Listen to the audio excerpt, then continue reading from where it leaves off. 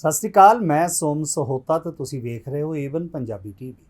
खबरों के बुलेटिन में आप सब का स्वागत है। मारते हाँ सुर्खियां ते एक नज़र। मस्जिद च पहुंचे कांग्रेसी लीडर, सैल्फी पॉइंट नहीं है जलियांवाला बाग, बरात नाल भरी बस पलटी, सत्कार कमेटी नूं दित्ती चेतावनी, शिव सेना ने दिता मूँह तोड़ जवाब, लोकां नूं लंघण दियां आ रही समस्यावां, मोगा च करोना दी दस्तक, लोकां ने फड़िया नशा तस्कर ते कीता कुटापा, जुगाड़ रेहड़ी बनाउण ते रोक। ते हुण खबरां विस्तार दे नाल। खबर लेंदे अमृतसर तो। मस्जिद विच पहुंचे ने सीनियरी कांग्रेसी आगू। हुई गलबात, किस तरह की गलबात चली है, आओ मारते इस पूरी खबर पे नज़र। बड़ी खुशी की बात है कि आज हम सभी भाई जो हमारे साथ यहाँ जितने भी मुस्लिम भाई है, जहाँ मस्जिद में आकर आज जो इनके पिछले काफ़ी दिनों से रोजे चल रहे हैं और आगे भी बोल रहे हैं कि 8-10 दिन और अभी और चलेंगे, तो अभी सब ने मिलकर जो रोज़ा खुला है और इनके साथ बैठकर खाए पिए। मैं यही संदेश सबको देना चाहता हूँ कि सभी वर्ग जितने भी है सब मिलजुल कर रहना चाहिए, ताकि कि ये हमारा शहर और हमारा पंजाब और हमारा देश ऐसे ही तरक्की करता रहे।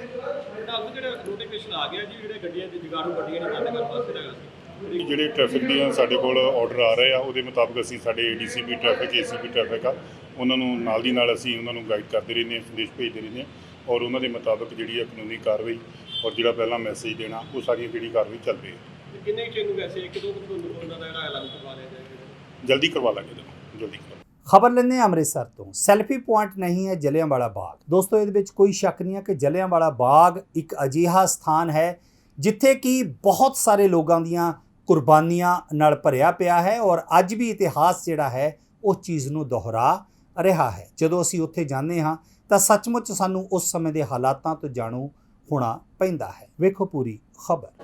जी सर, तुहाडा नाम? मैं भुपिंदर सिंह, जिला प्रधान प्रगतिशील लेखक संघ अंमृतसर। मैं अज गुरु नानक देव यूनीवर्सिटी तो श्री गुरु ग्रंथ साहब भवन तो बोल रहा। ਇੱਥੇ ਪ੍ਰਗਤੀਸ਼ੀਲ ਲੇਖਕ ਸੰਘ ਵੱਲੋਂ ਵੱਖ-ਵੱਖ ਸੰਸਥਾਵਾਂ ਦੇ ਸਹਿਯੋਗ ਦੇ ਨਾਲ 2 ਦਿਨਾਂ ਦਾ ਜਲਿਆਂਵਾਲੇ ਬਾਗ ਦਾ ਵਰਤਮਾਨ ਅਤੇ ਅਤੀਤ ਦੇ ਬਾਰੇ 'ਚ ਸੈਮੀਨਾਰ ਜਿਹੜਾ ਉਹ ਕੀਤਾ ਜਾ ਰਿਹਾ। ਇਹ ਸੈਮੀਨਾਰ ਨੈਸ਼ਨਲ ਲੈਵਲ ਦਾ ਬਲਕਿ ਵਰਲਡ ਲੈਵਲ ਦਾ ਹੈ। ਇਸ ਵਿੱਚ ਦੇਸ਼ ਦੇ ਬਹੁਤ ਸਾਰੇ ਰਾਜਾਂ ਉੱਤਰ ਪ੍ਰਦੇਸ਼, ਬਿਹਾਰ, ਝਾਰਖੰਡ, ਉੱਤਰਾਂਚਲ, ਗੁਜਰਾਤ, ਦਿੱਲੀ, ਬੰਬੇ, ਬਹੁਤ ਇਸ ਤੋਂ ਇਲਾਵਾ ਹੋਰ ਸਾਊਥ ਦੇ ਕੇਰਲਾ ਤੱਕ ਦੇ ਲੋਕ ਜਿਹੜੇ ਉਹਨਾਂ ਨੇ ਆਣ ਕੇ ਹਿੱਸਾ ਲਿਆ ਔਰ ਆਪਣੇ ਵਿਚਾਰ ਦਿੱਤੇ ਆ। ਮੈਂ ਸਮਝਦਾ ਕਿ ਇਸ ਦੇ ਨਾਲ ਸਾਡਾ ਅੰਮ੍ਰਿਤਸਰ ਦੀ ਜਿਹੜੀ ਭੂਮੀ ਦੀ ਵੀਰਾਗਤੀ ਨਾਲ ਸੰਬੰਧਿਤ, ਦੇਸ਼ ਭਗਤੀ ਨਾਲ ਸੰਬੰਧਿਤ, ਦੇਸ਼ ਦੀ ਆਜ਼ਾਦੀ ਨਾਲ ਸੰਬੰਧਿਤ ਔਰ ਸਾਡੇ ਜਿਹੜੀ ਅੰਦਰ ਭਾਵਨਾ ਹੈ, ਉਸ ਭਾਵਨਾ ਦਾ ਬਹੁਤ ਵੱਡਾ ਪ੍ਰਚਾਰ ਜਿਹੜਾ ਵਾ ਦੁਨੀਆ ਭਰ ਦੇ ਵਿੱਚ ਗਿਆ ਹੈ।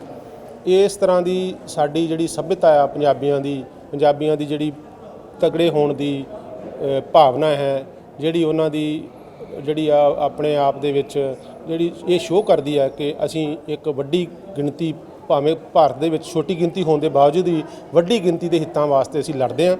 ਤਾਂ ਇਸ ਲੜਾਈ ਦੇ ਵਿੱਚ ਪੰਜਾਬੀਆਂ ਦੀ ਜਿਹੜੀ ਮੋਹਰਲੀ ਭੂਮਿਕਾ ਰਹੀ ਆ। ਅੱਜ ਜਿਵੇਂ ਰੌਲਟ ਐਕਟ ਦੇ ਸਮੇਂ ਜਦੋਂ ਦੇਸ਼ ਬਹੁਤ ਵੱਡਾ ਸੀ ਤੇ ਰੌਲਟ ਐਕਟ ਦੇ ਵਿੱਚ ਜੇ ਸਾਰਿਆਂ ਤੋਂ ਪਹਿਲਾਂ ਵਿਰੋਧ ਸ਼ੁਰੂ ਹੋਇਆ ਤੇ ਉਹ ਪੰਜਾਬੀਆਂ ਵੱਲੋਂ ਸ਼ੁਰੂ ਹੋਇਆ। ਮਹਾਤਮਾ ਗਾਂਧੀ ਵੱਲੋਂ ਵੀ ਬਾਅਦ ਦੇ ਵਿੱਚ ਉਹਦਾ ਐਕਸ਼ਨ ਨੋਟਿਸ ਲਿਆ ਗਿਆ।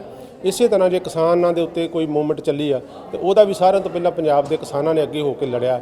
ਸੋ ਪੰਜਾਬ ਜਿਹੜਾ ਵਾ ਇਹ ਦੇਸ਼ ਦੇ ਵਿੱਚ, ਪੂਰੇ ਭਾਰਤ ਦੇ ਵਿੱਚ ਸਾਰੇ ਭਾਰਤੀਆਂ ਦੇ ਅੱਗੇ ਲੱਗ ਕੇ ਲੜਨ ਵਾਲਾ ਯੋਧਿਆਂ ਵਾਂਗੂ ਹਮੇਸ਼ਾ ਉੱਭਰਦਾ ਰਿਹਾ। ਤਾਂ ਇਸ ਸੈਮੀਨਾਰ ਦੇ ਵਿੱਚੋਂ ਇਹੀ ਜਿਹੜੀ ਭਾਵਨਾ ਆ ਉਹ ਪੇਸ਼ ਕੀਤੀ ਗਈ ਆ ਕਿ ਇਸ ਪੰਜਾਬੀਅਤ ਦੇ ਵਿੱਚ ਲੋਕਾਂ ਦੇ ਪ੍ਰਤੀ ਜੋ ਕੁਝ ਵੀ ਅਨਿਆਂ ਹੋ ਰਿਹਾ ਹੈ ਉਸ ਦੇ ਖਿਲਾਫ ਲੜਨ ਵਾਸਤੇ ਸਾਡੀ ਮਿੱਟੀ ਦੇ ਵਿੱਚ ਸਾਡੇ ਗੁਰੂਆਂ ਵੱਲੋਂ ਦਰਸਾਏ ਰਸਤੇ ਦੇ ਉੱਤੇ ਚੱਲਣ ਵਾਲੇ ਜਿਹੜੇ ਭਗਤ ਸਰਾਭੇ ਦੇ ਰਾਹ ਤੇ ਤੁਰਨ ਵਾਲੇ ਲੋਕ ਨੇ ਉਹ ਅਜੇ ਜੀਂਦੇ। ਖਬਰ ਲੈਂਦੇ ਗੁਰਦਾਸਪੁਰ ਤੋਂ। ਬਰਾਤ ਨਾਲ ਭਰੀ ਹੋਈ ਬੱਸ ਜਿਹੜੀ ਹੈ ਉਹ ਅਚਾਨਕ ਪਲਟ ਗਈ। 18 ਲੋਕ ਜ਼ਖਮੀ ਹੋਏ ਨੇ। ਹਾਲਾਂਕਿ ਕਿਸੇ ਦੀ ਜਾਨ ਜਾਣ ਦੀ ਕੋਈ ਖਬਰ ਨਹੀਂ ਹੈ। ਵੇਖੋ ਖਬਰ। ਰਾਤ ਜਿਹੜੀ ਹੈ ਪਨਿਆਰ ਵਾਸਤੇ ਆਈ ਸੀ ਤੇ ਵਿਆਹ ਅਟੈਂਡ ਕਰਨ ਤੋਂ ਬਾਅਦ ਬੱਸ ਜਿਹੜੀ ਆ ਉਹ ਇੱਧਰ ਨਹਿਰ ਦੇ ਲਾਗੇ ਜਿਹੜਾ ਵਾ ਉਹ ਅਚਾਨਕ ਡਿਸਬੈਲੈਂਸ ਹੋਣ ਕਰਕੇ ਜਿਹੜਾ ਉਹ ਨਹਿਰ ਦੇ ਵਿੱਚ ਗਿਰ ਗਈ ਜਿਹਦੇ ਵਿੱਚ ਕੁਝ ਬੰਦਿਆਂ ਨੂੰ ਇੰਜਰੀਜ਼ ਆਈਆਂ ਨੇ, ਬਟ ਇਹ ਹੈ ਵੀ ਕਿਸੇ ਦਾ ਜਾਨੀ ਨੁਕਸਾਨ ਨਹੀਂ ਹੋਇਆ ਤੇ ਉਹਨਾਂ ਨੂੰ ਫਸਟ ਏਡ ਵਾਸਤੇ ਅਸੀਂ ਆਲਰੇਡੀ ਹਸਪੀਟਲਾਈਜ਼ ਕਰਵਾ ਦਿੱਤਾ। Thank you. ਕਿੱਥੋਂ ਤੋਂ ਕਿੱਥੋਂ ਜਾ ਰਹੀ ਸੀ ਬੱਸ ਜੀ ਇਹਨਾਂ ਰਸਤੇ? ਇਹ ਪਨਿਆੜ ਤੋਂ ਮਰੀਥਲ ਜਾ ਰਹੀ ਸੀ। ਕਿੰਨੇ ਲੋਕ ਮੌਜੂਦ ਸੀ? ਐਕਚੁਅਲੀ ਕਨਫਰਮ ਨਹੀਂ ਹੈ ਕਿੰਨੇ ਬੰਦੇ ਸੀ, ਬਟ ਆਲਮੋਸਟ ਜਿੰਨੇ ਬੰਦੇ ਸੀ ਉਹ ਸਾਰੇ ਬੱਸ ਚੋਂ ਕੱਢ ਦਿੱਤੇ ਗਏ ਰੈਸਕਿਊ ਕਰਕੇ। ਜਿਹੜੇ ਇੰਜਰਡ ਸੀ ਉਹਨਾਂ ਨੂੰ ਅਸੀਂ ਫਸਟ ਏਡ ਵਾਸਤੇ ਹਸਪੀਟਲਾਈਜ਼ ਕਰਵਾ ਦਿੱਤਾ। Thank you. ਖਬਰ ਲੈਂਦੇ ਹੁਸ਼ਿਆਰਪੁਰ। ਸਤਕਾਰ ਕਮੇਟੀ ਨੂੰ ਦਿੱਤੀ ਹੈ ਚੇਤਾਵਨੀ। ਕਿਸ ਤਰ੍ਹਾਂ ਦੀ ਚੇਤਾਵਨੀ ਦਿੱਤੀ ਹੈ ਔਰ ਕਿਹਨਾਂ ਵੱਲੋਂ ਦਿੱਤੀ ਗਈ ਹੈ? ਕਿਉਂਕਿ ਸਤਕਾਰ ਕਮੇਟੀ ਆਏ ਨਾ ਆਏ ਦਿਨ ਕੁਝ ਅਜਿਹੇ ਸਟੈਪ ਚੱਕਦੀ ਹੈ ਜਿਸ ਦੀ ਤਾਰੀਫ ਵੀ ਹੁੰਦੀ ਹੈ ਔਰ ਜਿਸ ਨੂੰ ਲੋਕ ਕਈ ਕ੍ਰਿਟੀਸਾਈਜ਼ ਵੀ ਕਰਦੇ ਨੇ। ਵੇਖੋ ਪੂਰੀ ਖਬਰ। ਵਾਹਿਗੁਰੂ ਜੀ ਕਾ ਖਾਲਸਾ, ਵਾਹਿਗੁਰੂ ਜੀ ਕੀ ਫਤਿਹ। ਸਾਹਿਬ ਸਤਿਗੁਰੂ ਜਗਤ ਗੁਰੂ ਸ੍ਰੀ ਗੁਰੂ ਨਾਨਕ ਦੇਵ ਸਾਹਿਬ ਮਹਾਰਾਜ ਸੱਚੇ ਪਾਤਸ਼ਾਹ ਜੀ ਦੇ ਪਰਮ ਪਵਿੱਤਰ ਆਤਮਾ ਸਤਿਕਾਰਯੋਗ ਰਾਜਯੋਗੀ ਮਹਾਨ ਤਪੀਸਵਰ ਬਾਬਾ ਜੀ ਬਾਬਾ ਸ੍ਰੀ ਚੰਦਰ ਜੀ, ਜਦੋਂ ਸਤਿਗੁਰੂ ਸੱਚੇ ਪਾਤਸ਼ਾਹ ਮਹਾਰਾਜ ਜੀ ਨੇ ਜੋਤੀ ਜੋਤ ਸਮਾਉਣਾ ਸੀ ਤਾਂ ਸੁਨੇਹਾ ਭੇਜਿਆ। ਬਾਬਾ ਸ੍ਰੀ ਚੰਦਰ ਜੀ ਬਾਹਰ ਸਮਾਧੀ ਸਥਿਤ ਸੀ, ਥੋੜ੍ਹੇ ਜਿਹੇ ਲੇਟ ਹੋ ਗਏ। ਜਦੋਂ ਆਏ ਤਾਂ ਗੁਰੂ ਸਾਹਿਬ ਜੀ ਜੋਤੀ ਜੋਤ ਸਮਾ ਚੁੱਕੇ ਸੀ ਤੇ ਚਾਲਾਂ ਤੇ ਸੀਸ ਰੱਖ ਕੇ ਬੇਨਤੀ ਕੀਤੀ, ਪਿਤਾ ਗੁਰੂ ਜੀ, ਗੁਰਿਆਈ ਗੱਦੀ ਤਾਂ ਭਾਈ ਲਹਿਣਾ ਜੀ ਨੂੰ ਬਖਸ਼ਿਸ਼ ਕਰਕੇ ਗੁਰੂ ਅੰਗਦ ਦੇਵ ਮਹਾਰਾਜ ਜੀ ਨੇ ਆਪ ਸਥਾਪਿਤ ਕਰ ਦਿੱਤਾ, ਤੇ ਸਾਨੂੰ ਕੀ ਹੁਕਮ ਹੈ, ਅਸੀਂ ਕੀ ਕਰੀਏ? ਤਾਂ ਗੁਰੂ ਸਾਹਿਬ ਜੀ ਫਿਰ ਸਰੀਰ ਵਿੱਚ ਆਏ, ਸਾਵਧਾਨ ਹੋ ਕੇ ਸੀਸ 'ਤੇ ਹੱਥ ਰੱਖ ਕੇ ਕਹਿਣ ਲੱਗੇ, ਬੇਟਾ ਜਿਹੜਾ ਅਸੀਂ ਬੂਟਾ ਲਾਇਆ ਉਹਨੂੰ ਪਾਣੀ ਤੁਸੀਂ ਪਾਉਣਾ। ਇੰਨਾ ਬਚਨ ਕਹਿ ਕੇ ਫਿਰ ਜੋਤੀ ਜੋਤ ਸਮਾ ਗਏ। ਬਾਬਾ ਜੀ ਬਾਬਾ ਸ੍ਰੀ ਚੰਦਰ ਜੀ ਮਹਾਰਾਜ 125 ਸਾਲ ਦੀ ਉਮਰ ਤੱਕ ਸੰਸਾਰ 'ਤੇ ਦਰਸ਼ਨ ਦਿੰਦੇ ਰਹੇ। ਯਤਨ ਕੀਤਾ, ਜਿੱਥੇ ਜਿੱਥੇ ਗੁਰੂ ਸਾਹਿਬ ਜੀ ਨੇ ਸਿੱਖੀ ਦਾ ਬੀਜ ਬੀਜਿਆ ਸੀ, ਬੂਟਾ ਲਾਇਆ ਸੀ, ਉੱਥੇ ਉੱਥੇ ਜਾ ਕੇ ਉਸ ਸਿੱਖੀ ਦੇ ਬੂਟੇ ਨੂੰ ਪ੍ਰਫੁੱਲਤ ਕੀਤਾ ਤੇ ਹੋਰ ਸ਼ਕਤੀ ਦਿੱਤੀ। ਤੇ ਜਦੋਂ ਸਰੀਰ ਬਿਰਧ ਹੋ ਗਿਆ ਫਿਰ ਘੋੜੇ 'ਤੇ ਸਵਾਰ ਹੋ ਕੇ ਯਤਨ ਕੀਤਾ ਵੀ ਜਿੱਥੇ ਜਿੱਥੇ ਗੁਰੂ ਸਾਹਿਬ ਜੀ ਗਏ ਉੱਥੇ ਉੱਥੇ ਪਹੁੰਚ ਕੇ ਸਿੱਖੀ ਦੇ ਬੂਟੇ ਨੂੰ ਪਾਣੀ ਪਾਇਆ ਜਾਵੇ। ਤੇ ਉਹਨਾਂ ਨੇ ਕੋਈ ਵੱਖਰਾ ਪੰਥ ਨਹੀਂ ਚਲਾਇਆ। ਮੂਲ ਮੰਤਰ ਸਾਹਿਬ ਜੀ ਦਾ ਹੀ ਪਾਵਨ ਪਵਿੱਤਰ ਉਪਦੇਸ਼ ਬਖਸ਼ਿਸ਼ ਕਰਦੇ ਰਹੇ। ਉਸ ਪਰੰਪਰਾ ਨੂੰ, ਉਸ ਸੇਵਾ ਸੰਭਾਲ ਨੂੰ, ਗੁਰੂ ਘਰ ਦੀ ਜੋ ਪਰੰਪਰਾ ਸੀ ਗੁਰੂ ਸਾਹਿਬ ਜੀ ਦੀ ਬਖਸ਼ਿਸ਼ ਕੀਤੀ ਹੋਈ। ਬਾਬਾ ਜੀ ਸ੍ਰੀ ਚੰਦਰ ਜੀ ਤੋਂ ਬਾਅਦ 4 ਮਹਾਂਪੁਰਸ਼ ਹੋਏ, ਫਿਰ ਸਾਰੇ ਮਹਾਂਪੁਰਸ਼ ਹੋਏ। ਉਹਨਾਂ ਨੇ ਅੱਜ ਤੱਕ, ਜਦੋਂ ਖਾਲਸਾ ਪੰਥ ਜੰਗਲਾਂ 'ਚ ਘੋੜਿਆਂ ਤੇ ਕਾਠੀਆਂ ਦੇ ਘਰ ਸੀ, 80-80 ਰੁਪਈਏ ਸਿਰਾਂ ਦੇ ਮੁੱਲ ਸੀ। ਉਸ ਵੇਲੇ ਗੁਰਧਾਮਾਂ ਦੀ ਪਵਿੱਤਰਤਾ ਨੂੰ ਕਾਇਮ ਰੱਖਦਿਆਂ ਹੋਇਆਂ, ਮਰਜ਼ਾਦਾ ਨੂੰ ਕਾਇਮ ਰੱਖਦਿਆਂ ਹੋਇਆ, ਉੱਥੇ ਦੇ ਸਤਿਕਾਰ ਨੂੰ ਕਾਇਮ ਰੱਖਦਿਆਂ ਹੋਇਆ, ਸੇਵਾ ਸੰਭਾਲ ਕਰਦਿਆਂ ਹੋਇਆ ਸੱਚਖੰਡ ਸ੍ਰੀ ਹਰਿਮੰਦਰ ਸਾਹਿਬ ਅਤੇ ਸੱਚਖੰਡ ਸ੍ਰੀ ਹਜ਼ੂਰ ਸਾਹਿਬ, ਹੋਰ ਸਾਰੇ ਪਵਿੱਤਰ ਗੁਰਧਾਮਾਂ ਦੀ ਸੇਵਾ ਸੰਭਾਲ ਉਦਾਸੀਨ ਮਹਾਂਪੁਰਸ਼ਾਂ ਨੇ ਕੀਤੀ। ਅਤੇ ਜੋ ਸਿੱਖ ਕੌਮ ਦਾ ਗੁਰੂ ਘਰ ਦਾ ਸਾਹਿਤ ਸੀ, ਜੋ ਸਾਡੀਆਂ ਲਿਖਤਾਂ ਸੀ ਪੁਰਾਤਨ, ਸਾਡਾ ਇਤਿਹਾਸ ਸੀ, ਸਾਡੇ ਜੋ ਇਤਿਹਾਸਕ ਨਿਸ਼ਾਨੀਆਂ ਸੀ, ਗੁਰੂ ਸਾਹਿਬ ਜੀ ਦੀਆਂ ਯਾਦਗਾਰਾਂ ਸੀ, ਉਹਨਾਂ ਨੂੰ ਸੰਭਾਲ ਕੇ ਰੱਖਿਆ ਤੇ ਗੁਰੂ ਕੀ ਬਾਣੀ ਦਾ ਪ੍ਰਚਾਰ ਕਰਦੇ ਰਹੇ, ਗੁਰਧਾਮਾਂ ਦੀ ਸੇਵਾ ਸੰਭਾਲ ਕਰਦੇ ਰਹੇ। ਸਾਰੀਆਂ ਸੰਪਰਦਾਵਾਂ ਦੀ, ਨਿਰਮਲੇ ਮਹਾਂਪੁਰਸ਼ਾਂ ਦੀ, ਉਦਾਸੀਨ ਮਹਾਂਪੁਰਸ਼ਾਂ ਦੀ, ਨਿਹੰਗ ਸਿੰਘ ਜਥੇਬੰਦੀਆਂ ਦੀ, ਹੋਰ ਸਾਰੇ ਨਿਰਮਲ ਸਾਰਿਆਂ ਦੀ ਆਪੋ ਆਪਣੀ ਮਾਨ ਮਰਜ਼ਾਦਾ ਜੋ ਗੁਰੂ ਘਰ ਵਿੱਚ ਆਦਿ ਕਾਲ ਤੋਂ ਚੱਲੀ ਆ ਰਹੀ, ਉਸ ਪਰੰਪਰਾ ਨੂੰ ਕਾਇਮ ਰੱਖਦਿਆਂ ਹੋਇਆਂ ਅੱਜ ਵੀ ਹਰ ਥਾਂ ਹਰ ਸਮੇਂ ਉਦਾਸੀਨ ਮਹਾਂਪੁਰਸ਼ ਪੰਥ ਦੇ ਨਾਲ, ਕੌਮ ਦੇ ਨਾਲ ਪੂਰਾ ਸਹਿਯੋਗ ਦਿੰਦੇ ਆ ਰਹੇ। ਇਸੇ ਤਰ੍ਹਾਂ ਹੀ ਸਤਿਕਾਰਯੋਗ ਸੱਚਖੰਡ ਵਾਸੀ ਬਾਬਾ ਜੀ ਚਰਨ ਸ਼ਾਹ ਬਹਾਦਰਪੁਰ ਹੁਸ਼ਿਆਰਪੁਰ ਦੇ ਜੋ ਮਹਾਨ ਪਵਿੱਤਰ ਸਥਾਨ ਦੇ ਇਸ ਵੇਲੇ ਪਰਮ ਪੂਜਨੀਕ ਸਤਿਕਾਰਯੋਗ ਮਹੰਤ ਸਾਹਿਬ ਜੀ ਸ੍ਰੀ ਮਹੰਤ ਰਵਿੰਦਰ ਦਾਸ ਜੀ ਹਨ। ਸਾਰੀ ਪਰੰਪਰਾ ਨੂੰ ਕਾਇਮ ਰੱਖਦਿਆਂ ਹੋਇਆਂ ਕਿੰਨੇ ਡੇਰੇ ਦੀ ਅਸਥਾਨ ਦੀ ਡਿਵੈਲਪਮੈਂਟ, ਸੇਵਾ ਸੰਭਾਲ, ਕਿੰਨਾ ਦੂਰ ਦੂਰ ਤੱਕ ਸਤਿਕਾਰ, ਕਾਇਮ ਰੱਖਿਆ ਹੋਇਆ ਤੇ ਸਾਡੇ ਜਿਹੜੇ ਵੀਰ ਆ ਸਤਿਕਾਰ ਕਮੇਟੀ ਦੇ ਨਾਂ ਥੱਲੇ, ਸਤਿਕਾਰ ਕਮੇਟੀ ਠੀਕ ਆ, ਸਤਿਕਾਰਯੋਗ ਆ, ਉਹਨਾਂ ਨੂੰ ਸਤਿਕਾਰ ਕਾਇਮ ਰੱਖਣਾ ਚਾਹੀਦਾ। ਪਰ ਇੱਕ ਪਾਸੇ ਦੇਖੋ, ਸ੍ਰੀ ਪਟਨਾ ਸਾਹਿਬ, ਤਖ਼ਤ ਸ੍ਰੀ ਪਟਨਾ ਸਾਹਿਬ ਜੀ ਦੇ ਸਾਬਕਾ ਜਥੇਦਾਰ ਅਰਦਾਸ ਕਰਦਿਆਂ ਦੀ ਉਹਨਾਂ ਦੀ ਦਸਤਾਰ ਲਾ ਦਿੱਤੀ ਗਈ। ਸਤਿਕਾਰ ਕਮੇਟੀ ਨੂੰ ਉਸ ਵੇਲੇ ਐਕਸ਼ਨ 'ਚ ਆਉਣਾ ਚਾਹੀਦਾ ਸੀ। ਸਿੰਘ ਸਾਹਿਬ ਦੀ ਗੱਲ ਨਹੀਂ, ਅਰਦਾਸ ਭੰਗ ਹੋਈ, ਦਸਤਾਰ ਜਿਹੜੀ ਸੀ ਲਿੱਥੀ ਗਈ, ਤੇ ਉਹ ਸਤਿਕਾਰ ਕਿੱਥੇ ਗਿਆ ਸਾਡਾ? ਅੱਜ ਉਸ ਸਤਿਕਾਰ ਨੂੰ ਕਾਇਮ ਰੱਖਣ ਲਈ ਸਾਨੂੰ ਸਿਰ ਜੋੜ ਕੇ ਬਹੁਤ ਸੰਜੀਦਗੀ ਨਾਲ ਕੋਈ ਨਵੇਂ ਮਸਲੇ ਖੜੇ ਨਹੀਂ ਕਰਨੇ ਚਾਹੀਦੇ।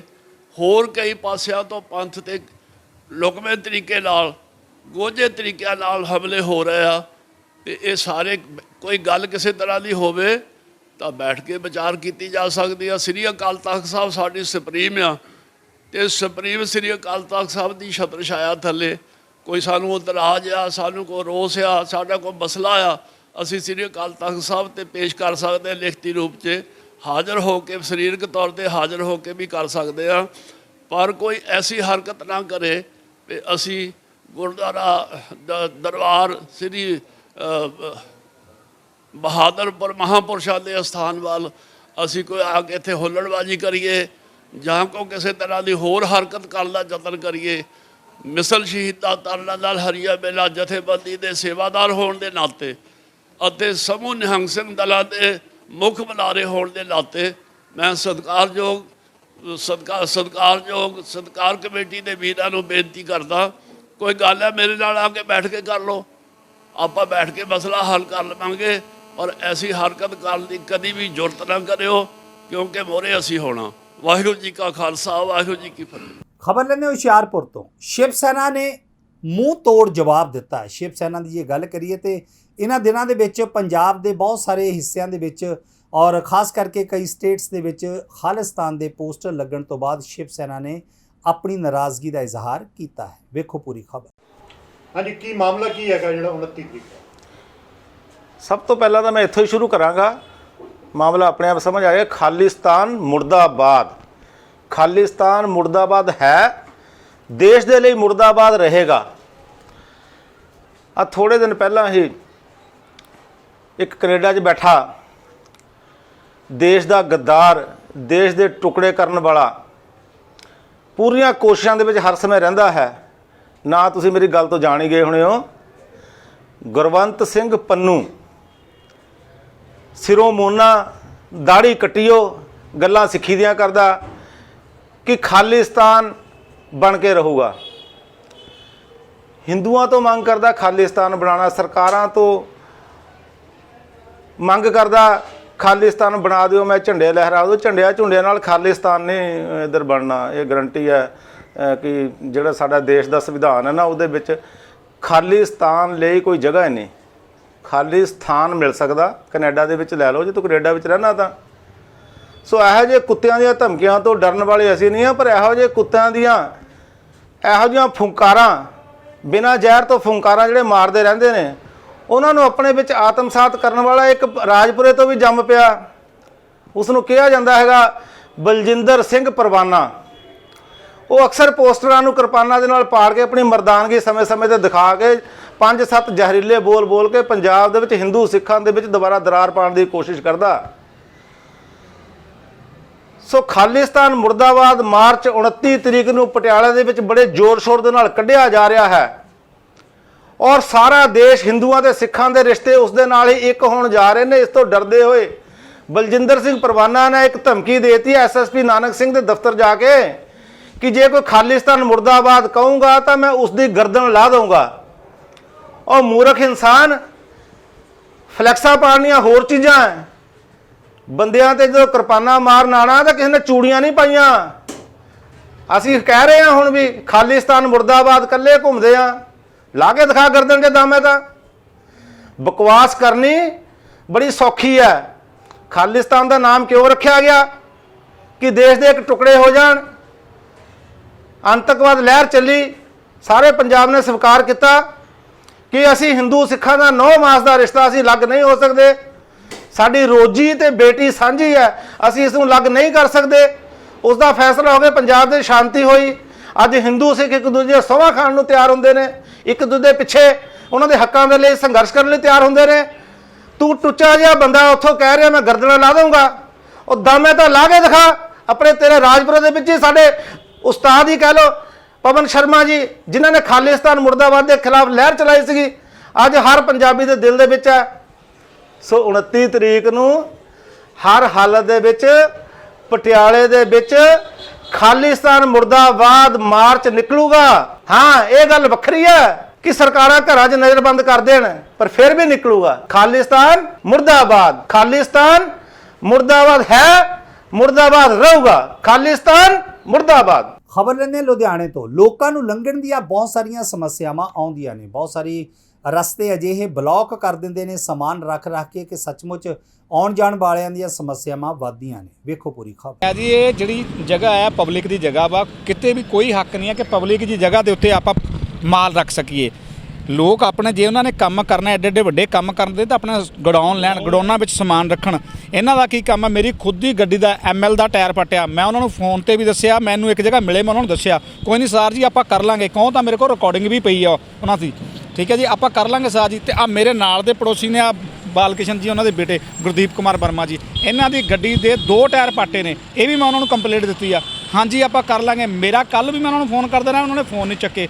ਫਿਰ ਅਸੀਂ 2.5 ਨੰਬਰ ਚੌਂਕੀ ਜਾ ਕੇ ਉਹਨਾਂ ਦੇ ਨਾਂ ਤੇ ਕੰਪਲੇਂਟ ਵੀ ਲਿਖਾਈ ਹੈ, ਪਰ ਹਜੇ ਤੱਕ ਉੱਥੋਂ ਕੋਈ ਐਕਸ਼ਨ ਨਹੀਂ ਆ। ਕਿਉਂਕਿ ਮੇਰੀ ਗੱਲ ਹੋਈ ਸੀ ਉੱਥੇ ਤੇ ਉਹ ਕਹਿ ਰਹੇ ਸੀ ਇਹ ਕੋਈ ਇੱਥੇ ਕੋਈ ਐਕਸੀਡੈਂਟ ਹੋਇਆ, ਉੱਥੇ ਡੈਥ ਜੀ ਹੋਈ ਆ, ਤੇ ਅੱਜ ਅਸੀਂ ਆਨੇ ਆ ਤੇ ਅਸੀਂ ਆ ਰਹੇ ਆ। ਸ਼ਾਇਦ ਇਹ ਤਾਂ ਕਈ ਮਹੀਨਿਆਂ ਤੋਂ ਹੋ ਗਿਆ ਜੀ, 7 ਮਹੀਨੇ ਤੋਂ ਉੱਥੇ। ਹਾਂ 6-7 ਮਹੀਨੇ ਹੋਏ। ਕੌਣ ਨੇ ਕੀ ਕੰਮ ਕਰਦੇ ਨੇ ਜਿਹੜੇ ਮਾਲ ਰੱਖਦੇ, ਕੀ ਨਾਮ ਹੈ? ਇਹ ਸਾਹਮਣੇ ਨਾ ਕੋਈ ਹੁਕਮਚੰਦ ਵਾਲੇ ਹੈਗੇ ਨੇ, ਕਿਹੜੇ ਹੁਕਮਚੰਦ ਵਿਜੇ ਕੁਮਾਰ ਵਾਲੇ ਨੇ, ਤੇ ਸਾਹਮਣੇ ਉਹਨਾਂ ਦੀ ਹੈਗੀ ਆ, ਤੇ ਉਹਨਾਂ ਦੀ ਬੋਲੀ ਵੀ ਬੜੀ ਗੰਦੀ ਹੈ, ਠੀਕ ਹੈ ਨਾ ਜੀ। ਚਲੋ ਮਤਲਬ ਕਿ ਬੜੀ ਰਫ ਟਫ ਬੋਲਦੇ, ਜਿਵੇਂ ਹੁਣ ਭਾਈ ਸਾਹਿਬ ਦੱਸ ਰਹੇ ਇਹਨਾਂ ਨੇ ਆਪਣਾ ਬੇਟਾ ਭੇਜਿਆ, ਗਾਲਾਂ ਕੱਢ ਰਹੇ ਨੇ, ਉਹ ਕਰ ਰਹੇ ਨੇ। ਪਰ ਮੈਂ ਸਮਝਦਾ ਵੀ ਜੇ ਉਹਨਾਂ ਨੂੰ ਇੰਨਾ ਹੀ ਆ, ਅਸੀਂ ਤੁਹਾਡੇ ਮਾਧਿਅਮ ਰਾਹੀਂ, ਮੀਡੀਆ ਦੇ ਮਾਧਿਅਮ ਰਾਹੀਂ ਅਸੀਂ ਸਰਕਾਰ ਨੂੰ ਵੀ ਤੇ ਬੇਨਤੀ ਕਰਦੇ ਹਾਂ ਵੀ ਇਸ ਤਰੀਕੇ ਸੜਕਾਂ ਤੇ ਜਿਹੜਾ ਮਾਲ ਰੱਖਿਆ ਇਹ ਕਿਸੇ ਦਾ ਵੀ ਮੌਤ ਦਾ ਕਾਰਨ ਬਣ ਸਕਦਾ। ਮੈਂ ਹੀ ਕਹਿੰਦਾ ਮੌਤ ਦਾ ਕਾਰਨ ਬਣ ਸਕਦਾ ਜੀ। ਹੁਣ ਇਹਨਾਂ ਦੀ ਜਦੋਂ ਗੱਡੀ ਦੇ ਦੋਨੇ ਟਾਇਰ ਪਟੇ ਤਾਂ ਗੱਡੀ ਉਛਲੀ ਹੈ, ਧਮਾਕਾ ਹੋਇਆ ਕਿਉਂਕਿ 2 ਟਾਇਰ ਪਟੇ, ਮੇਰੇ ਖੁਦ ਦੀ ਗੱਡੀ ਦਾ ਟਾਇਰ ਪਟਿਆ, ਦੂਜੀ ਗੱਡੀ ਨਾਲ ਟੱਕਰ ਹੋਈ। ਗੱਡੀ ਮਾਲ ਰੱਖਿਆ ਉੱਤੋਂ ਕਿੰਨੀ ਦੂਰ ਦੁਕਾਨ ਆ ਉਹਨਾਂ ਦੀ? ਉਹ ਸਾਹਮਣੇ ਆ ਜੀ ਦੁਕਾਨ, ਇੱਥੋਂ ਵੱਧ ਤੋਂ ਵੱਧ ਨਹੀਂ ਆ, ਮੇਰੇ ਖਿਆਲ ਦੇ ਵਿੱਚ 200 ਮੀਟਰ ਤੇ ਹੋਣੀ ਆ ਜੀ। ਹਾਂਜੀ ਦਿੱਤੀ ਹੈ ਜੀ। 200 ਮੀਟਰ ਦੇ ਦੁਕਾਨ ਤੇ ਫਿਰ ਮਾਲ ਇੱਥੇ ਰੱਖ ਰਹੇ ਨੇ। ਹਾਂਜੀ ਉਹ ਇੱਥੇ ਵੀ ਕਿਤੇ ਵੀ ਉਹ ਸਮਾਨ ਕਈ ਜਗ੍ਹਾ ਤੇ ਪਿਆ, ਦੇਖੋ ਤੁਸੀਂ। ਹਰ ਕੋਨੇ ਦੀ ਸਮਾਨ ਕੀ ਮੰਗ ਕੀ ਕਰਦੇ? ਮੰਗ ਤਾਂ ਅਸੀਂ ਇਹ ਵੀ ਇਹ ਚੁਕਾਓ, ਤੇ ਜਿਹੜਾ ਸਾਡਾ ਨੁਕਸਾਨ ਹੋਇਆ ਜਿਹੜੀ ਇਹਦਾ ਜ਼ਿੰਮੇਵਾਰ ਕੌਣ ਹੈ? ਪੁਲਿਸ ਦੇ ਬਾਅਦ ਕਾਰਪੋਰੇਸ਼ਨ ਨੂੰ ਸ਼ਿਕਾਇਤ ਕਰੋਗੇ? ਬਿਲਕੁਲ ਕਰਾਂਗੇ। ਕਾਰਪੋਰੇਸ਼ਨ ਨੂੰ ਸਮਾਨ ਜੇ ਨਹੀਂ ਵੀ ਫਿਰ ਸਾਡੀ ਸੁਣੋ, ਫਿਰ ਅਸੀਂ ਆਪ ਚੱਕ ਦਾਂਗੇ ਸਮਾਨ, ਤੇ ਚੱਕ ਕੇ ਅਸੀਂ ਆਪਣੇ ਉੱਥੇ ਲੈ ਜਾਾਂਗੇ ਗਡਾਊਨ ਦੇ ਵਿੱਚ ਜੀ। ਹਾਂ ਕਿਉਂਕਿ ਮੈਂ ਤੁਹਾਡੇ ਮਾਧਿਅਮ ਰਾਹੀਂ, ਮੀਡੀਆ ਦੇ ਮਾਧਿਅਮ ਰਾਹੀਂ ਇਹ ਗੱਲ ਕਹਿਣੀ ਚਾਹੁੰਦਾ, ਇਹ ਕੋਈ ਮਤਲਬ ਥੋੜੀ ਹੈ ਜੀ ਕਿਸੇ ਦਾ ਮੌਤ ਦਾ ਕਾਰਨ ਬਣ ਸਕਦੇ ਨੇ, ਇਹਨਾਂ ਨੂੰ ਕੋਈ ਹੈ ਹੀ ਨਹੀਂਗਾ। ਸੰਡੇ ਨੂੰ ਮਾਰ ਰੱਖ ਜਾਂਦੇ ਨੇ ਜਦੋਂ ਸਾਡੀ ਦੁਕਾਨ ਬੰਦ ਹੁੰਦੀ ਹੈ। ਬਾਅਦ 'ਚ ਮੈਂ 1-2 ਵਾਰੀ ਗਿਆ ਵਾਂ, ਧਮਕਾਉਂਦੇ ਨੇ, ਕਹਿੰਦੇ ਤੂੰ ਜਿੱਥੇ ਜਮ ਪਹੁੰਚਣਾ ਪਹੁੰਚ ਲਓ, ਮੈਂ ਮਾਲ ਨਹੀਂ ਚੱਕਦਾ। ਸਰ ਕੌਣ ਰੱਖ ਜਾਂਦੇ ਨੇ? ਇਹ ਆਪਣੇ ਹੁਕਮਚੰਦ ਵਿਜੇ ਕੁਮਾਰ ਵਾਲੇ ਨੇ। ਇਹ ਜਗ੍ਹਾ ਕਿਹਦੀ ਹੈ ਜੀ? ਇਹ ਜਗ੍ਹਾ ਮੇਰੀ ਹੈ। ਤੇ ਤੁਸੀਂ ਕਦੇ ਗਏ ਉਹਨਾਂ ਕੋਲ? ਮੈਂ ਬੇਟੇ ਨੂੰ 2 ਵਾਰੀ ਭੇਜਿਆ, ਬੇਟੇ ਨੂੰ ਧਮਕਾਉਂਦੇ ਨੇ, ਕਹਿੰਦੇ ਤੂੰ ਕਰ ਲੈ ਜੋ ਕਰਨਾ। ਇੱਕ ਵਾਰੀ ਇਸੇ ਇਹਨਾਂ ਦਾ ਮਾਲ ਵੀ ਸਕ੍ਰੈਪ ਬਣਾਤਾ ਸੀ, ਇੱਥੇ ਆ ਗਏ ਲੜਨ ਸਾਡੇ ਨਾਲ। ਮੈਂ ਕਿਹਾ ਤੁਸੀਂ ਮਾਲ ਚੱਕ ਲਓ, ਕਹਿੰਦੇ ਚੱਕ ਲੈ। ਦਿੱਕਤ ਆਉਂਦੀ ਸਾਡਾ ਇੱਥੇ ਟਰੱਕ ਲੱਗਣਾ ਹੁੰਦਾ, ਅਸੀਂ ਵੀ ਮਾਲ ਵੇਚਣਾ, ਅਸੀਂ ਵੀ ਦੁਕਾਨ ਖੋਲ੍ਹਦੇ ਹਾਂ, ਸਾਡੀ ਲੁੱਕ ਜਾਂਦੀ ਦੁਕਾਨ। ਕੀ ਨਾਮ? ਮੇਰਾ ਨਾਮ ਦਵਿੰਦਰ ਸਿੰਘ ਹੈ। ਜਗ੍ਹਾ ਕਿਹੜੀ ਹੈ? ਜਗ੍ਹਾ ਦੂਆ ਸਟੀਲ ਟ੍ਰੇਡਰ ਦੀ ਹੈ। ਕੰਪਲੇਂਟ ਦਿੱਤੀ ਤੁਸੀਂ ਕੋਈ ਥਾਣੇ 'ਚ? ਥਾਣੇ 'ਚ ਕੰਪਲੇਂਟ ਦਿੱਤੀ ਹੈ ਜੀ। ਪੁਲਿਸ ਕੀ ਕਹਿੰਦੀ ਹੈ? ਕੁਝ ਕਹੋ ਤਾਂ ਉਹ ਤਾਂ ਧਮਕਾਉਂਦੇ ਨੇ, ਕਹਿੰਦੇ ਤੂੰ ਜਿੱਥੇ ਪਹੁੰਚਣਾ ਪਹੁੰਚ ਲਓ। ਮੰਗ ਕੀ ਕਰਦੇ ਹੁਣ? ਮੰਗ ਕੋਈ ਨਹੀਂ। ਤੁਹਾਡੀ ਕੀ ਮੰਗ ਹੈ? ਸਾਡੀ ਮੰਗ ਹੈ ਜਗ੍ਹਾ ਸਾਡੀ ਹੈ, ਸਰ ਖਾਲੀ ਕਰਨਾ, ਅਸੀਂ ਕੰਮ ਕਰਨਾ। ਅੱਛਾ ਇਹ ਗੁੰਡਾਗਰਦੀ ਨਾਲ ਰੱਖਿਆ ਹੈ? ਇਹ ਸੰਡੇ ਨੂੰ ਹੀ ਰੱਖਦੇ ਨੇ। ਪਹਿਲੇ ਇੱਥੇ ਡਾਕਟਰ ਸਾਹਿਬ ਹੈਗੇ ਨੇ, ਉਹਨਾਂ ਦੀ ਦੁਕਾਨ ਦੇ ਅੱਗੇ ਰੱਖਣ ਲੱਗੇ ਸੀ, ਕਹਿੰਦੇ ਮੈਂ ਪਹੁੰਚ ਗਿਆ, ਮਨਾ ਕਰਤਾ। ਤੇ ਉਹਨਾਂ ਦੀ ਦੁਕਾਨ ਇੱਥੋਂ ਤੋਂ ਕਿੰਨੀ ਦੂਰ ਹੈ? ਇਹ ਤਾਂ 10 ਕੁ ਦੁਕਾਨਾਂ ਅੱਗੇ ਹੈਗੀਆਂ। ਉਹ ਸਿਰਫ ਸੰਡੇ ਨੂੰ ਆਉਂਦੇ ਦੇਖਦੇ, ਜਿੱਥੇ ਦੁਕਾਨਾਂ ਬੰਦ ਨੇ ਉੱਥੇ ਮਾਲ ਸੁੱਟ ਜਾਂਦੇ ਨੇ। ਇਹ ਸਭ GST ਚੋਰੀ ਕਰਨ ਦਾ ਕੰਮ ਹੈ ਇਹਨਾਂ ਦਾ। ਲੋਹਾ ਮੰਡੀ ਦੇ ਵਿੱਚ ਸਾਨੂੰ ਕੰਪਲੇਂਟ ਆਈ ਆ ਵੀ ਇਹਦੀਆਂ ਸਟੀਲ ਦੀਆਂ ਪਲੇਟਾਂ ਨੇ ਜਿਹੜੀਆਂ ਇਹ ਵਧਵੀਆਂ ਰੱਖੀਆਂ ਹੋਈਆਂ ਨੇ, ਵਧਾ ਕੇ ਰੱਖੀਆਂ, ਤੇ ਗੱਡੀਆਂ ਦੇ ਟਾਇਰ ਟੂਰ ਪਾੜਦੇ ਨੇ ਜਾਂ ਨੁਕਸਾਨ ਹੁੰਦਾ ਆ। ਉਹ ਅਸੀਂ ਦਰਖਾਸਤ ਦੀ ਪੜਤਾਲ ਹੁਣ ਕਰਕੇ ਮੌਕੇ ਤੇ ਜੀ ਉਹਦੇ ਖਿਲਾਫ ਬਣਦੀ ਕਾਰਵਾਈ ਕਰਾਂਗੇ ਜੀ। ਇਹ ਅਸੀਂ ਵੈਰੀਫਾਈ ਕਰਾਂਗੇ ਨਾ ਵੀ ਮਤਲਬ ਕਿਰਾਏ ਤੇ ਲਈ ਆ ਜਾਂ ਉੱਦਾਂ ਰੱਖੀ ਆ ਜਾਂ ਕਿਸੇ ਸਹਿਮਤੀ ਨਾਲ ਰੱਖੀ ਆ ਕਿਵੇਂ ਆ, ਉਹ ਚੈੱਕ ਕਰਾਂਗੇ। ਚੈੱਕ ਕਰਕੇ ਅਸੀਂ ਸਾਰਾ ਜਿਵੇਂ ਵੀ ਹੈਗਾ ਉਵੇਂ ਉਹਦੇ ਹਿਸਾਬ ਦੇ ਨਾਲ ਅਸੀਂ ਕਾਰਵਾਈ ਕਰਾਂਗੇ। ਕੋਈ ਨਹੀਂ, ਜਿਹੜਾ 2-3 ਜਗ੍ਹਾ ਤੇ ਉਹ ਵੀ ਚੈੱਕ ਕਰ ਲਾਂਗੇ। ਖਬਰ ਲੈਂਦੇ ਮੋਗਾ ਤੋਂ। ਕੋਰੋਨਾ ਮਹਾਮਾਰੀ ਨੇ ਇੱਕ ਵਾਰ ਫਿਰ ਦਸਤਕ ਦਿੱਤੀ ਹੈ ਮੋਗਾ ਦੇ ਵਿੱਚ ਔਰ ਦੱਸਿਆ ਜਾ ਰਿਹਾ ਕਿ 2 ਪੋਜ਼ਿਟਿਵ ਮਰੀਜ਼ ਜਿਹੜੇ ਨੇ ਉਹ ਆਏ ਨੇ। ਇਸ ਕੋਰੋਨਾ ਮਹਾਮਾਰੀ ਨੇ ਦੁਨੀਆ ਦਾ ਕੰਮਕਾਜ ਬਿਲਕੁਲ ਠੱਪ ਕਰ ਦਿੱਤਾ ਹੈ। ਵੇਖੋ ਪੂਰੀ ਖਬਰ। ਕੋਵਿਡ ਦੇ ਜਿਸ ਤਰ੍ਹਾਂ ਤੁਹਾਨੂੰ ਪਤਾ ਹੈ ਕਿ ਪਿਛਲੇ 3-4 ਦਿਨਾਂ ਦੇ ਵਿੱਚ ਦੇਸ਼ ਦੇ ਵਿੱਚ ਵੀ ਤੇ ਪੰਜਾਬ ਦੇ ਵਿੱਚ ਵੀ ਕੇਸਿਸ ਜਿਹੜੇ ਹੈ ਉਹ ਸਲਾਈਟਲੀ ਇਨਕਰੀਜ਼ ਹੋਏ ਹਨ ਤੇ ਆਪਣੇ ਵੀ ਕਾਫੀ ਦਿਨਾਂ ਬਾਅਦ 2-3 ਹਫ਼ਤੇ ਬਾਅਦ ਕੱਲ ਇੱਕ ਕੋਵਿਡ ਦਾ ਕੇਸ ਪੋਜ਼ਿਟਿਵ ਆਇਆ ਹੈ, ਆਲਦੋ ਉਹਨੂੰ ਕੋਈ ਸਿੰਪਟਮਸ ਨਹੀਂ ਹਨ। ਸੋ ਜਿਸ ਤਰ੍ਹਾਂ ਕਿ ਪ੍ਰੈਡਿਕਸ਼ਨ ਹੈ ਕਿ ਸ਼ਾਇਦ ਇਹ ਫਿਰ ਆਪਣੀ ਜਿਹੜੀ ਵੇਵ ਹੈਗੀ ਹੈ ਉਹ ਆਏਗੀ ਤੇ ਉਸ ਦੇ ਲਈ ਜਿਹੜੇ ਵੈਕਸੀਨੇਸ਼ਨ ਹਨ ਉਹ ਜਿਵੇਂ ਜਿਵੇਂ ਸਰਕਾਰ ਦੀਆਂ ਗਾਈਡਲਾਈਨਸ ਆਉਂਦੀਆਂ ਉਸ ਹਿਸਾਬ ਨਾਲ ਆਪਣਾ ਵੈਕਸੀਨੇਸ਼ਨ ਚੱਲ ਰਿਹਾ ਹੈ।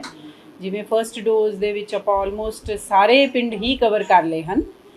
ਸਾਰੇ ਸਰਪੰਚਾਂ ਨੇ ਡਰੋਲੀ ਦੇ ਆਵੇਂ ਨਹੀਂ ਲਿਖ ਕੇ ਦੇ ਦਿੱਤਾ ਹੈ ਕਿ ਸਾਡੇ ਜਿਹੜੀ 100% ਕਵਰੇਜ ਹੋਗੀ। ਐਸਐਮਓਜ਼ ਨੇ ਵੀ, ਕੁਝ ਲੋਕ ਹੋਰ ਰਹਿ ਗਏ ਹਨ ਜਿਨ੍ਹਾਂ ਨੇ ਕਿ ਐਕਚੁਅਲੀ ਜਿਨ੍ਹਾਂ ਨੇ ਨਾ ਕੀਤੀ ਹੈ ਕਿ ਅਸੀਂ ਵੈਕਸੀਨੇਸ਼ਨ ਨਹੀਂ ਲਗਾਉਣਾ। ਉਸ ਤੋਂ ਬਾਅਦ ਜਿਹੜੇ 15 ਤੋਂ 17 ਹਨ, 12 ਤੋਂ 14 ਬੱਚੇ ਆ, ਉਹਨਾਂ ਦੀ ਵੀ ਵੈਕਸੀਨੇਸ਼ਨ ਅਸੀਂ ਸਕੂਲਾਂ ਦੇ ਵਿੱਚ ਚੱਲ ਰਹੀ ਹੈ। ਆਲਮੋਸਟ ਮਤਲਬ 66% ਫਰਸਟ ਡੋਜ਼ ਲੱਗ ਗਈ ਹੈ, 36% ਬੱਚਿਆਂ ਦੇ ਵੀ ਸੈਕੰਡ ਡੋਜ਼ ਲੱਗ ਗਈ ਹੈ। ਸੋ ਵੈਕਸੀਨੇਸ਼ਨ ਦੀ ਜਿਹੜੀ ਕਵਰੇਜ ਹੈ ਉਹ ਅਸੀਂ ਜਿਸ ਤਰ੍ਹਾਂ ਗਾਈਡਲਾਈਨਸ ਆਉਂਦੇ ਆਪਣੀ ਚੱਲ ਰਹੀ ਹੈ। ਬਾਕੀ ਜੇ ਰੱਬ ਨਾ ਕਰੇ ਜੇ ਦਾਖਲ ਮਰੀਜ਼ ਵੀ ਆਉਣ ਲੱਗ ਗਏ ਉਹਦੇ ਸੰਬੰਧੀ ਵੀ ਸਾਡੇ ਜਿਹੜੇ ਬੈੱਡ ਹਨ ਡਿਸਟ੍ਰਿਕਟ ਹਸਪੀਟਲ ਦੇ ਵਿੱਚ ਤੇ CHCs ਦੇ ਵਿੱਚ ਆਕਸੀਜਨ ਵਾਲੇ ਬੈੱਡ ਉਹ ਵੀ ਅਸੀਂ ਰੈਡੀ ਜ਼ਰੂਰ ਰੱਖੇ ਹੋਏ ਹਨ ਤੇ ਜੇ ਲੋੜ ਪਈ ਤਾਂ ਅਸੀਂ ਆਪਣੀ ਜਿਹੜੀ ਸਾਰੀ ਸਿਹਤ ਦੀ ਵਿਵਸਥਾ ਹੈ ਉਹ ਅਸੀਂ ਪ੍ਰੋਪਰ ਢੰਗ ਨਾਲ ਤਿਆਰ ਰੱਖੀ। ਨਵੀਆਂ ਗਾਈਡਲਾਈਨਸ ਦੇ ਵਿੱਚ ਹਲੇ ਸਿਰਫ ਇੰਨਾ ਹੀ ਆਇਆ ਹੈ ਕਿ ਜਿਵੇਂ ਪਹਿਲਾਂ ਉਹਨਾਂ ਨੇ ਮਾਸਕ ਦਾ ਮੈਂਡੇਟਰੀ ਹੋਣਾ ਚੱਕਤਾ ਸੀਗਾ ਇਨਡੋਰ ਕਰਾਊਡਡ ਪਲੇਸਿਸ ਦੇ ਵਿੱਚ, ਉਹ ਹੁਣ ਦੁਬਾਰਾ ਤੋਂ ਮਾਸਕ ਦੀਆਂ ਗਾਈਡਲਾਈਨਸ ਹੀ ਆਈਆਂ ਹਨ। ਸਿਹਤ ਵਿਭਾਗ ਨੂੰ ਹਲੇ ਇਸ ਸੰਬੰਧੀ ਕੋਈ ਗਾਈਡਲਾਈਨ। ਖਬਰ ਲੈਂਦੇ ਮੋਗੇ ਤੋਂ। ਲੋਕਾਂ ਨੇ ਨਸ਼ਾ ਤਸਕਰ ਫੜਿਆ ਔਰ ਚਾੜਿਆ ਕੁਟਾਪਾ। ਇਹਦੇ ਵਿੱਚ ਕੋਈ ਸ਼ੱਕ ਨਹੀਂ ਹੈ ਕਿ ਨਸ਼ਾ ਵੇਚਣ ਵਾਲਿਆਂ ਦੇ ਨਾਲ 2 ਹੱਥ ਕਰਨੀ ਹੀ ਪੈਣੀ ਹੈ। ਪੰਜਾਬ ਦੇ ਬਹੁਤ ਸਾਰੇ ਲੋਕ ਨੇ ਜੋ ਇਸ ਤਸਕਰੀ ਤੋਂ ਬੜੇ ਪਰੇਸ਼ਾਨ ਨੇ। ਘਰਾਂ ਦੇ ਘਰ ਤਬਾਹ ਕਰ ਦਿੱਤੇ ਨਸ਼ਿਆਂ ਨੇ, ਪਰਿਵਾਰਾਂ ਦੇ ਪਰਿਵਾਰ ਖਤਮ ਕਰ ਦਿੱਤੇ। ਵੇਖੋ ਪੂਰੀ ਖਬਰ। ਕੀ ਨਾਮ ਹੈ ਤੁਹਾਡਾ? ਮੇਰਾ ਨਾਮ ਪੰਕਜ ਚੋਪੜਾ ਜੀ, ਮੈਂ ਸ਼ਿਵ ਸੈਨਾ ਤੋਂ ਪੰਜਾਬ ਪ੍ਰਧਾਨ। ਪੰਕਜ ਜੀ, ਅੱਜ ਇੱਥੇ ਇੱਕ ਲੜਾਈ ਝਗੜਾ ਹੋਇਆ, ਕੀ ਮਾਮਲਾ ਕੀ? ਇਹ ਮਾਮਲਾ ਜੀ ਦੇ ਮਹੱਲੇ ਦੇ ਵਿੱਚ ਮੁੰਡੇ ਕੋਈ ਪ੍ਰੀਤ ਨਗਰ ਦੇ ਰਹਿਣ ਵਾਲੇ ਆ, ਇੱਥੇ ਆ ਕੇ ਚਿੱਟਾ ਵੇਚਦੇ, ਨਸ਼ਾ ਵੇਚਦੇ, ਮੰਡੀਰ ਬਹੁਤ ਜ਼ਿਆਦਾ ਆਉਂਦੀ, ਤੰਗ ਪਛਾਣ ਮਹੱਲੇ ਵਾਲੇ ਬਹੁਤ ਆ। ਜਦੋਂ ਇਹਨਾਂ ਨੂੰ ਰੋਕਿਆ ਗਿਆ ਪ੍ਰੇਮ ਚੱਕੀ ਵਾਲਿਆਂ ਵੱਲੋਂ, ਉਦੋਂ ਇਹਨਾਂ ਨੇ ਉਹਨਾਂ ਨਾਲ ਗਾਲੀ ਗਲੋਚ ਕਰਕੇ ਹੱਥੋਂਬਾਈ ਕੀਤੀ, ਜਿਹਦੀ ਵੀਡੀਓ ਅਸੀਂ ਪ੍ਰੂਫ ਦਿੱਤਾ ਪੁਲਿਸ ਨੂੰ। ਇੱਥੇ ਗੰਡਾਸੇ ਕਿਰਪਾਨਾਂ ਲੈ ਕੇ ਉਹਨਾਂ ਨੇ ਗੁੰਡਾਗਰਦੀ ਕੀਤੀ ਆ। ਅਸੀਂ ਪੁਲਿਸ ਪ੍ਰਸ਼ਾਸਨ ਤੋਂ ਮੰਗ ਕਰਦੇ ਹਾਂ ਕਿ ਇਹਨਾਂ ਨੂੰ ਜਲਦ ਤੋਂ ਜਲਦ ਫੜ ਕੇ ਗ੍ਰਿਫਤਾਰ ਕੀਤਾ ਜਾਵੇ ਤੇ ਇਹਨਾਂ ਸ਼ਿਕੰਜਾ ਦੱਸਿਆ ਜਾਵੇ। ਪੁਲਿਸ ਨੇ ਇੱਕ ਬੰਦਾ ਵੀ ਫੜ ਕੇ ਲੈ ਗਿਆ, ਉਹ ਕੌਣ ਹੈ? ਉਹ ਸਾਡੇ ਮਹੱਲੇ ਦਾ ਇਹਦੀ ਮੁੰਡਾ ਸਾਹਮਣੇ ਰਹਿੰਦਾ ਜਿਹਨਾਂ ਦੇ ਘਰੇ ਆ ਕੇ ਮੰਡੀਰ ਚਿੱਟਾ ਲਾਉਂਦੀ ਆ, ਉਹ ਮੁੰਡਾ ਇਹਨਾਂ ਨੇ ਫੜਿਆ। ਹੁਣ ਉਹਦੇ ਕੋਲੋਂ ਹੁਣ ਬਰਾਮਦੀ ਕੀਤੀ ਨਹੀਂ ਕੀਤੀ ਇਹ ਪੁਲਿਸ ਤੋਂ ਅਸੀਂ ਪੁੱਛਾਂਗੇ। 10-15 ਮਿੰਟ ਦਾ ਫੋਨ ਲਾ ਕੇ SSP ਸਾਹਿਬ ਨੂੰ ਵੀ ਇਹ ਰਿਕੁਐਸਟ ਕੀਤੀ ਆ ਵੀ ਇਹਨਾਂ ਨੂੰ ਜਲਦ ਤੋਂ ਜਲਦ ਫੜ ਕੇ ਇਹਨਾਂ ਨੂੰ ਸ਼ਿਕੰਜਾ ਦੱਸਿਆ ਜਾਵੇ। ਉਹ ਯਾਰ ਜਿਹੜੇ ਡਾਂਗਾ ਛੋਟੀਆਂ ਲੱਗੀਆਂ ਨਾ, ਉਹ ਆਪਣੇ ਮਹੱਲੇ ਵਾਲੇ ਗੁੰਡਾਗਰਦੀ ਕੀਤੀ। ਅੱਜ ਇੱਕ ਲੜਾਈ ਹੋਈ, ਕੀ ਮਾਮਲਾ ਕੀ ਹੈ? ਚਿੱਟੇ ਵਾਲਿਆਂ ਦਾ ਮਾਮਲਾ ਵਿੱਚ ਕੌਣ ਸੀ ਬੰਦਾ, ਕੀ ਗੱਲ ਕੀ ਹੈ? ਸੀਰੇ ਨਾਂ ਦਾ ਮੁੰਡਾ ਸੀ, ਉਹਨੂੰ ਬਾਹਰ ਚੋਂ ਰੋਕਿਆ ਵੀ ਸਕੂਟਰੀ ਨਹੀਂ ਲਾਉਣੀ। ਉਹ ਸਕੂਟਰੀ ਨਾ ਲਾਉਣ ਦੇ ਵਿੱਚ ਸਾਡੇ ਗਲ ਪੈ ਗਿਆ। ये कितना दिन से काम कर रहे हैं? 6 महीने से। कोई किसी को कोई कंप्लेंट दिया पुलिस को कुछ भी? वादू देता कोई कार्रवाई नहीं हुई। की मांग की करते हो अभी? ऐसे चिट्टे वाले से बिकना नहीं चाहिए। ਖਬਰ ਲੈਂਦੇ ਸੰਗਰੂਰ ਤੋਂ। ਜੁਗਾੜ ਰੇੜੀਆਂ ਨੂੰ ਬਣਾਉਣ ਵਾਲਿਆਂ ਤੇ ਰੋਕ ਲਗਾ ਦਿੱਤੀ ਗਈ ਹੈ। ਇਹ ਬਹੁਤ ਅਹਿਮ ਫੈਸਲਾ ਲਿੱਤਾ ਗਿਆ ਹੈ ਔਰ ਜਿਸ ਦੇ ਨਾਲ ਕਿਤੇ ਨਾ ਕਿਤੇ ਰੇੜੀ ਜੁਗਾੜ ਰੇੜੀ ਚਲਾਉਣ ਵਾਲਿਆਂ ਦੇ ਇੱਕ ਅਜੀਬ ਕਿਸਮ ਦੀ ਨਾਰਾਜ਼ਗੀ ਫੈਲੀ ਹੋਈ ਹੈ। ਵੇਖੋ ਪੂਰੀ ਖਬਰ।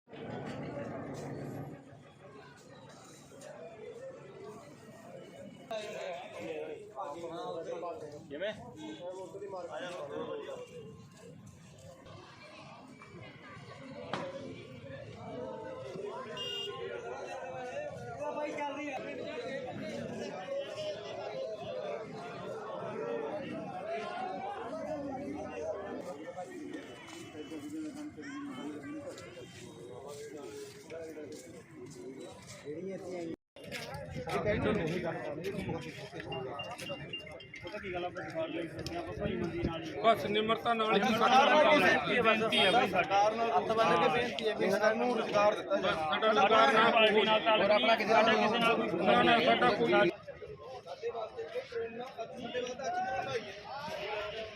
ਇਹ ਸੀ ਹੁਣ ਤੱਕ ਦੀ ਅਪਡੇਟ।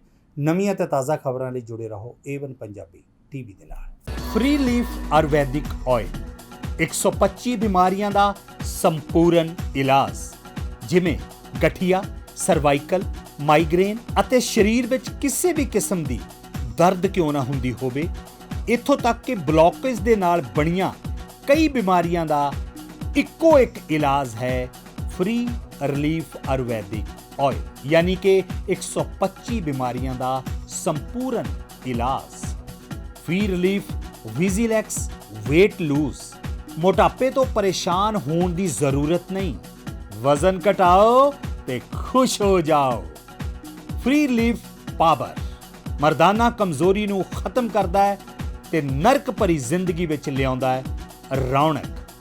ਫ੍ਰੀ ਰਿਲੀਫ ਪਾਵਰ ਕਬਜ਼ ਤੋਂ ਪਰੇਸ਼ਾਨ ਹੋਣ ਦੀ ਹੁਣ ਜ਼ਰੂਰਤ ਨਹੀਂ ਹੈ। ਕਬਜ਼ ਤੋਂ ਛੁਟਕਾਰਾ ਪਾਉਣ ਲਈ ਆ ਗਿਆ ਕਬਜ਼ ਹਰ ਚੂਰਨ। ਕਬਜ਼ ਹਰ ਚੂਰਨ ਨੂੰ ਅਪਣਾਓ ਤੇ ਕਬਜ਼ ਤੋਂ ਛੁਟਕਾਰਾ ਪਾਓ। ਹੁਣ ਤੱਕ ਲੱਖਾਂ ਮਰੀਜ਼ ਲੈ ਚੁੱਕੇ ਨੇ ਫਾਇਦਾ। ਵਧੇਰੇ ਜਾਣਕਾਰੀ ਲਈ ਤੁਸੀਂ ਸੰਪਰਕ ਕਰ ਸਕਦੇ ਹੋ 94784 84087। ਨੰਬਰ ਇੱਕ ਵਾਰ ਫਿਰ ਤੁਸੀਂ ਨੋਟ ਕਰ ਸਕਦੇ ਹੋ 9478 484087।